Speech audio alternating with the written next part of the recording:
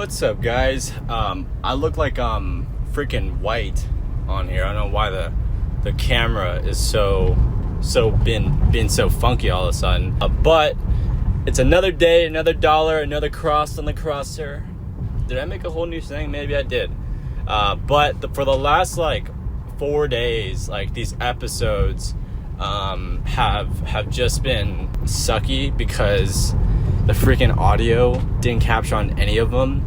And the first two, dude, I went, that was honestly probably my two best episodes. I went freaking off. But other than that, I'm just gonna try to rehearse it. I'm gonna try to recite what I said. Honestly, I totally forgot.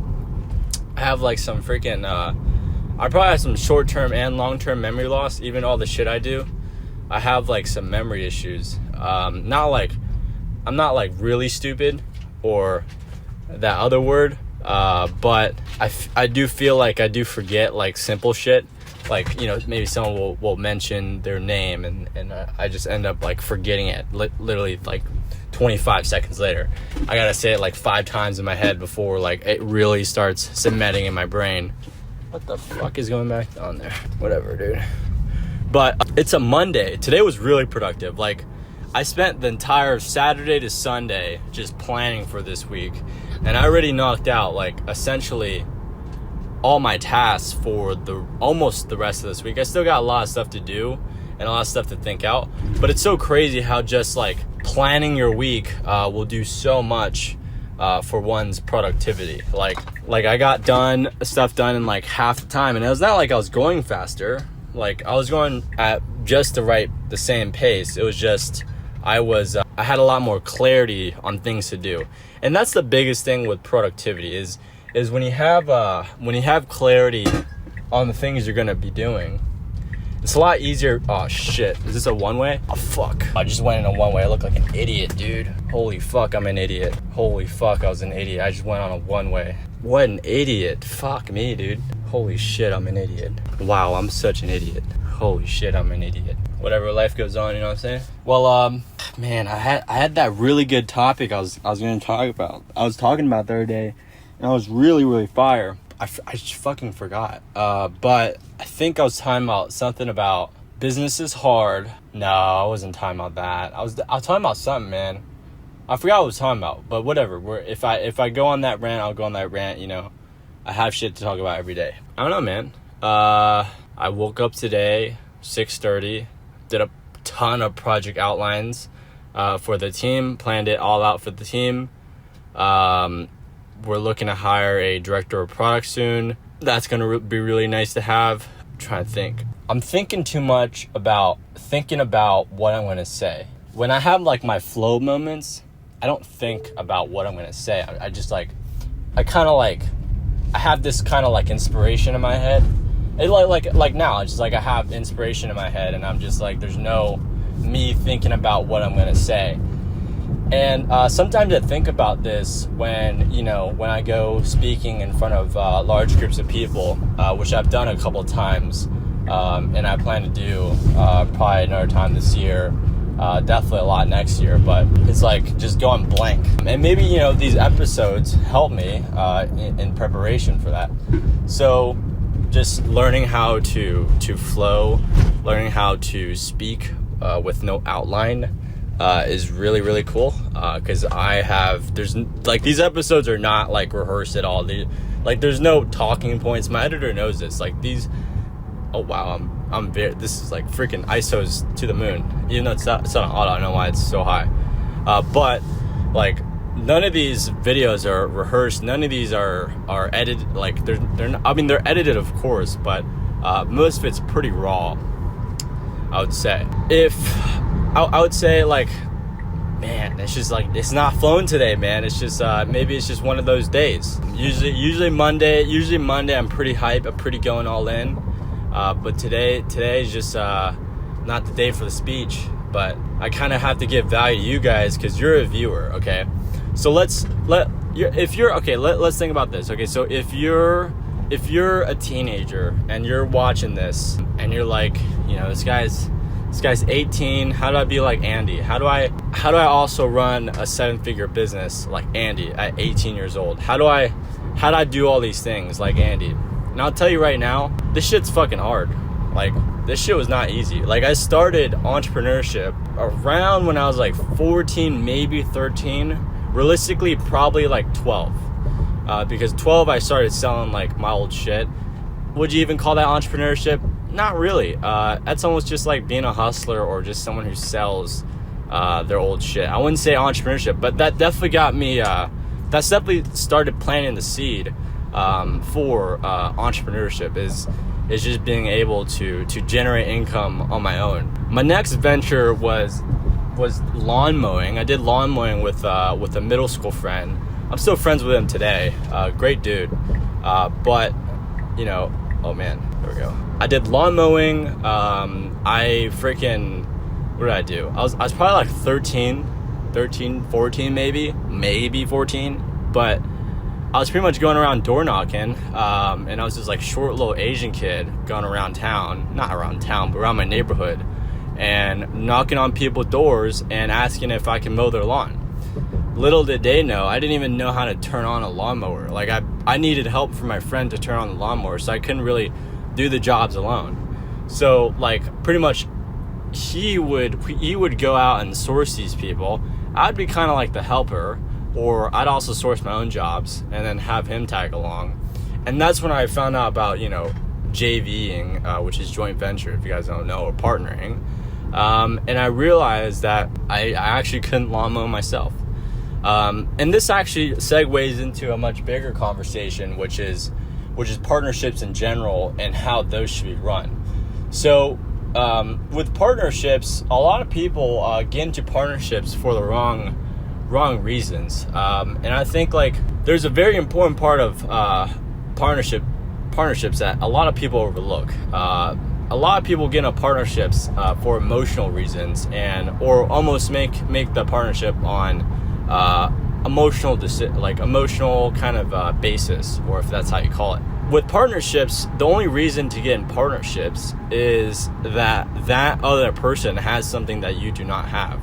That person has a skill set that is very hard to acquire. Like that takes a lot of time, money, and energy to actually acquire that skill, or they have much more leverage in code, media, capital, and labor. So that's why you get in a partnership. You wouldn't get in a partnership because they both do the same thing. Like if you can both swing a hammer, what's the point in getting a fucking partnership? It's like I can just go hire someone to swing a hammer for me. I don't need to get in a partnership and give up a ton of equity to be in a partnership with you.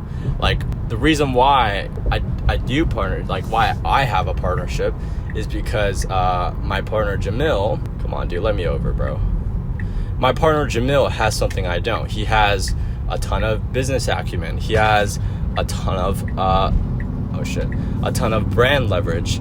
And that's why I got into a partnership with them. And honestly, right now, because I'm so young, I'm literally 18 years old, and I'm able to learn how he works, how his team works, how he works with his partners, how I could insert myself in these friendships. You know, it's like that's worth more than anything. And then when I'm 1, 2, 3 more years into the game, I freaking know all the players. I fucking learned through all their downfalls, all their successes. Like I've learned everything from them. And right now I'm still in the phase of learning. As long as I'm not losing money every month and I have a little bit of money to like go out and do whatever with, I don't really give a shit because it doesn't really matter to me. Like right now, if I had a Porsche 911, would I be slightly happier? Probably. But what makes me more happy is being able to support a lot more people by changing lives through the systems and software I build. It's like that's what makes me happier than a Porsche 911 or like a fucking Cybertruck, you know? So, I don't really know where I was going with that, but if you're young and you're a teenager and you want to make like $1 million right now, of course you can, but you gotta realize that most people that think they're gonna become a millionaire, especially when you're a fucking teenager, you're probably not going to become a millionaire. Like, I was one of the lucky few, or quote unquote lucky few, that did become a millionaire in the process. And is it a cool title? Sure. But like, it's not as impressive as $1 million cash net take home after taxes. Like, that's impressive. Like, if like a lot of people don't understand like what take home really means. Like, you could say you're making 100K in revenue, and that would be impressive to a lot of people. But I ask, like, okay, well, how much do you take home? It's cool if your business is generating that much cash, but how much are you actually taking home? How much is what are the margins on that? Because you could be in the fucking restaurant business, which is actually very impressive if you make $100,000 a month in the restaurant. Actually, is it that impressive? I forget the math right now. My parents own a couple of restaurants. That's what they do. They're restaurant owners. I actually don't know the margins. But it's for food and stuff. It's like really it's probably like less than 10% margin. But like I said, like, take home is where you're like, okay, this guy is legit. Like, if this guy says 100K take home after taxes, then that's fucking impressive, because no one can make 100K, but they could be making only like a 3K McDonald's salary. It's like, it's cool and all, but it's not really impressive so to say. Like, yeah, congratulations for bringing in $100,000 a month, but a lot of that isn't actually margin for you. So that's something that I've always thought about, because I could say our company did millions of dollars, but I don't have millions of dollars in the bank. I definitely don't have millions of dollars in the bank, and but a lot of that was shared to partners, to expenses, to lessons that I've had to learn over the fucking time that I've grown this company. And they've been such valuable lessons for me to actually learn. And I'm just paying down the ignorance tax right now. So I'm just soaking up all the knowledge I can learn right now.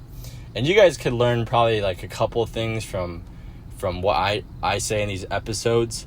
But I feel like there's some lessons that you'll never actually fully, like, quote unquote learn until you've actually experienced it. Unless I was like a really, really, really great storyteller, and you like really felt like, the lesson behind the story, like you really, really internalized the lesson, then I don't think like they could be truly learned over a fucking YouTube video. Like, but it also depends on the person you are, man. It's like if you take what you learn and then you kind of handpick the stuff and then you apply it immediately, then it's like, okay, then now it might be a different story. But you'll still face a lot of lessons throughout the game that we play in. So I see business as a game. It's a game that is hard, and the harder it gets, the happier I get. I want to say I get happier when it gets harder, but I really, truly, at that moment, I get frustrated. But then, I'm being very truthful here, like, at that very moment, I get frustrated. And then, I would say, like, an hour or a day after, I'm like, you know what? Now that thinking about it, like, it wasn't that bad. There's a lesson in it. And I think that's what growing in life is all about, is being able to pick those lessons out in those L's that you take. So, and I also think sometimes, like, if it's so hard for me, if these things are happening to me when I'm on fucking full throttle, then it's like, well, the next person in line is most definitely going to be facing these problems, And, not to speak very highly of myself, which I tend to do, and, I'm going to talk about that very soon. But essentially, like, what was I going to say? Yeah, like, if I'm facing a really hard time with this much resources and all these things, it's like the next person in this line is going to feel the fucking wrath. Like, they're probably going to get it harder or at least like I know that someone else is gonna have to go through the same thing to get what I want. Like, because I'm going full throttle. I'll be anyone that is only going, fuck, that's gonna be hard, that is going 50%, you know? It's like, that's what a lot of you motherfuckers do, is that you guys will focus on, like, even though you're doing one business, it's not just one business. You gotta do one business, one avatar in that business, and then one strategy in that business for a long period of time. You know, it's like, y'all would do this for like, oh, look, it's a Cybertruck. I've seen this shit a couple of times already, but it's always pretty sick to see. Isn't that cool? But like, again, like I put a lot of dedication in this game, and you know, it's a lot. It's a lot. So it wasn't the greatest episode today. I'm sure I'll get back in the loop because I've also not been doing an episode in the past 2 days. So I'm gonna get back in the loop, show up tomorrow because I'm have some heat.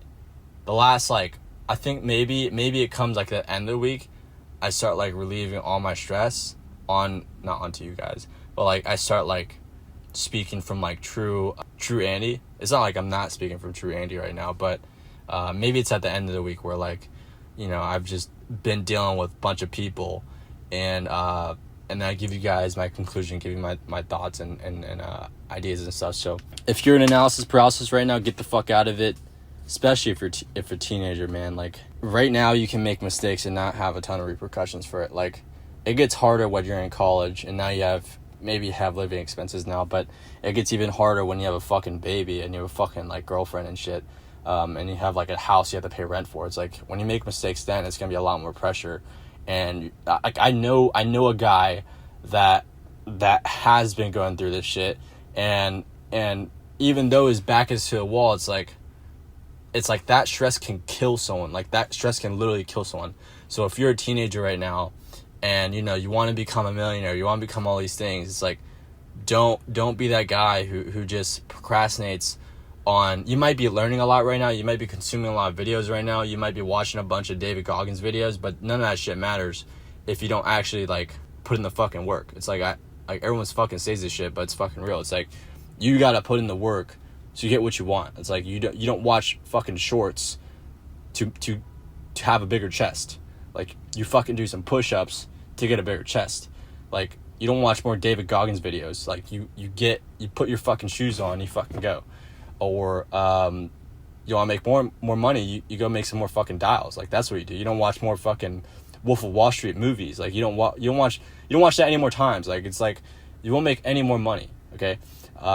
Make more dials, if that's your business. If you want to get bigger, work out more, or just at least work out more consistently. And if I have a video after this, then you guys will know in the next couple of seconds.